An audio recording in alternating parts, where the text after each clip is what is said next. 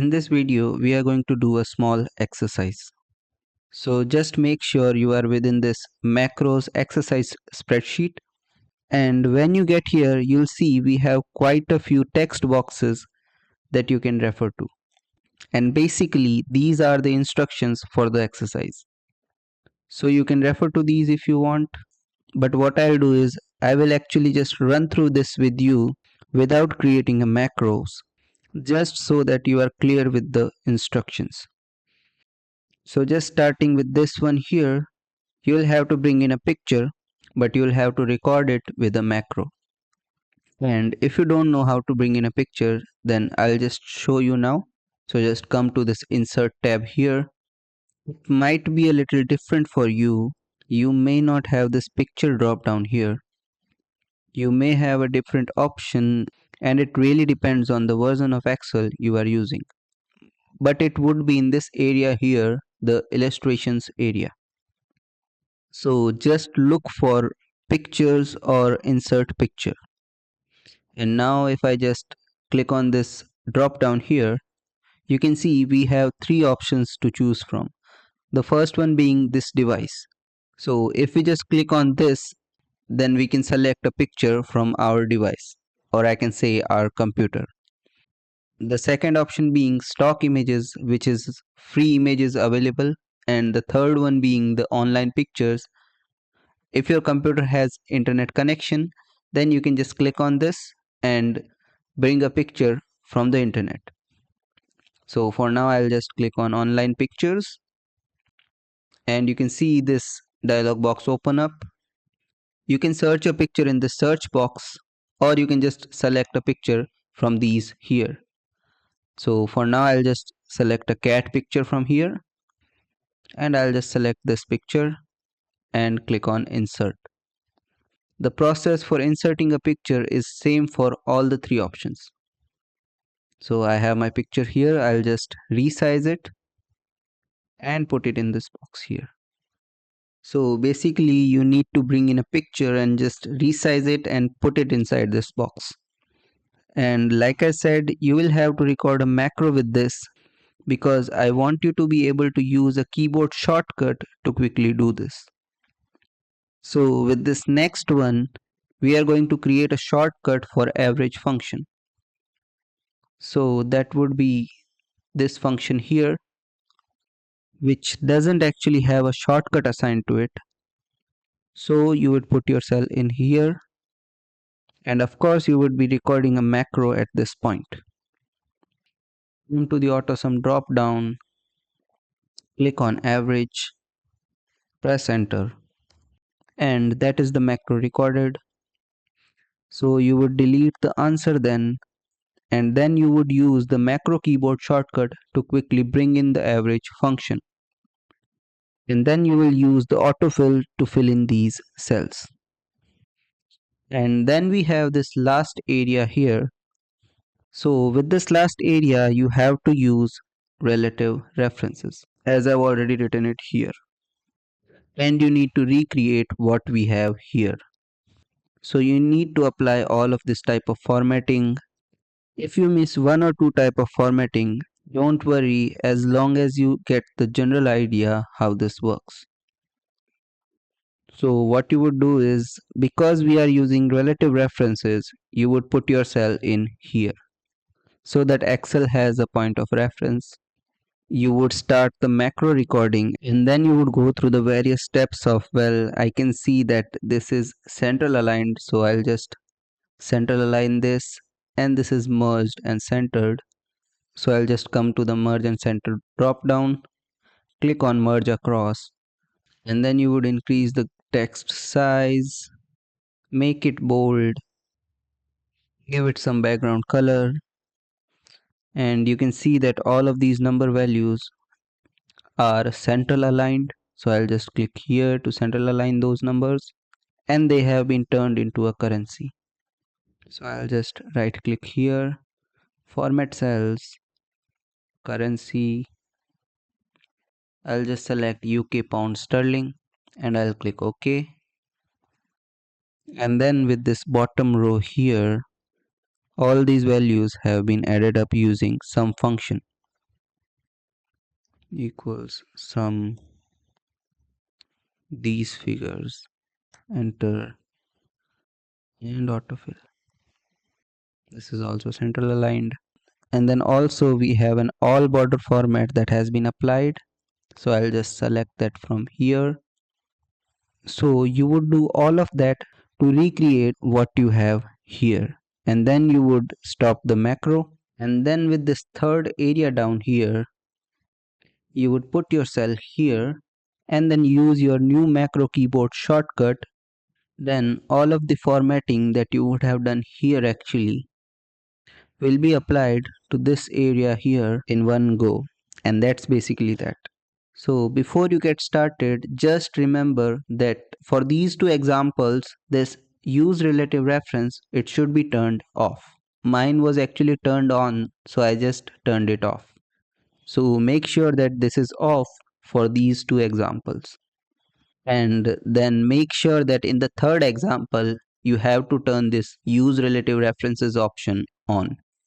As you can see, I have these shortcuts here. You can use these shortcuts or you can create your own shortcuts if you want. So we have these three macro shortcuts here, here and here. But it's really up to you if you want to use these specific shortcuts. And now you can just pause this video and try this exercise yourself. And after you are done, then come back to this video and see if you have done it correctly. So now I'll just carry on with my solution. And first thing we need to do is bring in a picture into Excel using macros. So let's go ahead and record this macro. So within the view tab, come to macros and click on record macro. And I'll just call this one picture. And the shortcut that I'll be using is Control Shift and P. So just hold down Shift and press P, and then I'll just click OK, and my macro is now recording. I can now insert my picture. So I'll come to Insert tab here.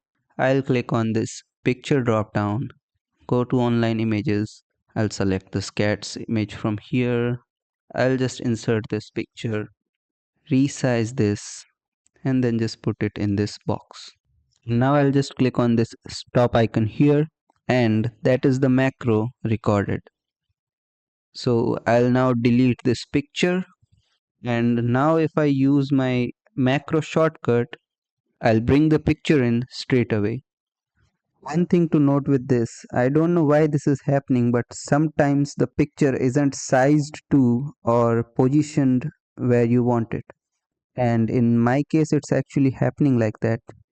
So if I just use my keyboard shortcut for my new macro, the Control, Shift and P, you can see where the picture ends up. I mean, it's not the end of the world. You can just put it here and you can just resize it. But typically you will find that the picture will be in the correct position and in size as well. Okay, so we are done with the first macro. Now we are going to move on to creating a shortcut for the average function. I will come to the View tab, Macros, and click on Record Macro. And I'll name it Average. And for this, I'll put in a shortcut key which is Control Shift A. And I'll click OK. And now our macro is recording. I'll come back to the Home tab. I'll just click here on the AutoSum drop down and I'll click here on Average. And now I can press Enter, and that is the macro recorded. So I'll just click on Stop here, and now I'll delete that average function. And just to see if my macro works, and I'm pretty sure it will, I'll use my keyboard shortcut which was Control Shift A. And what I can do is I can just double click here to see if the right range of data is selected. So the data is selected correctly, and as per the instructions here, all I need to do is I need to use autofill to fill in these answers. So that's also done. Now we can move on to the third area here. And as I said in this instruction box here, we need to turn on the use relative references for this example.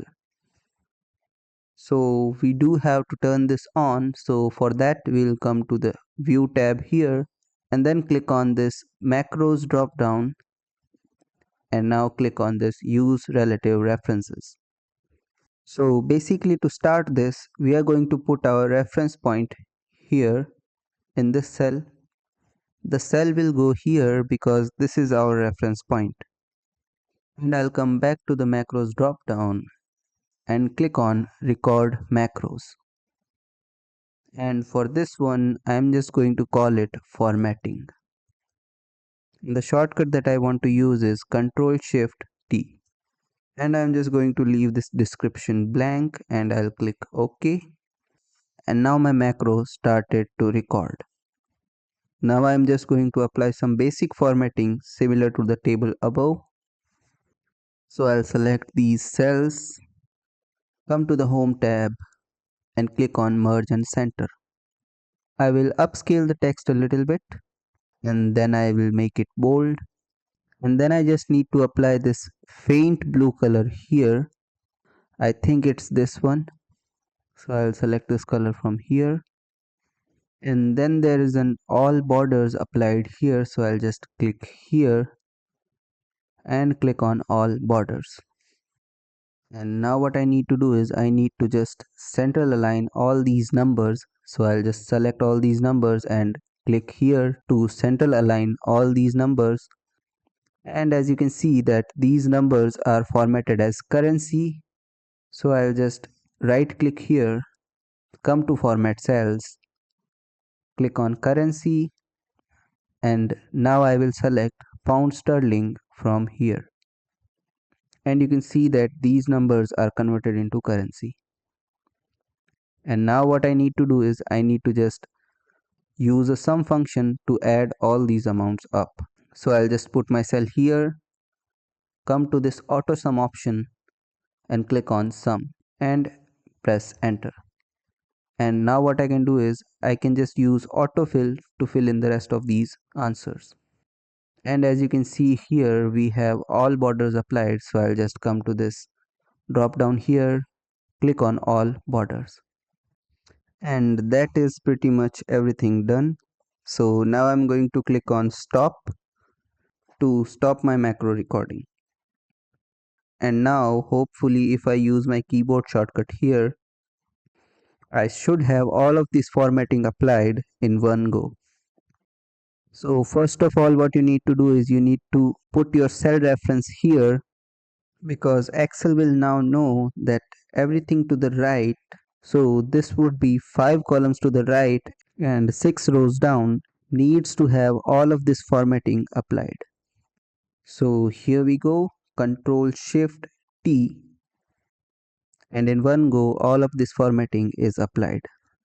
Just a quick reminder, you can't undo a macro. So at this point if I wanted to undo everything that I've done here, I would have to try and think a way around this. And if I wanted to, let's say, get rid of this picture here, all I can do is I can just click on this picture and click on delete, and there's no problem with that. And with these answers here, I can also just select all of these and click on delete to delete them. And then with this data here, I could do something like format painter just to paint over all of these formatting. So that is your macro exercise.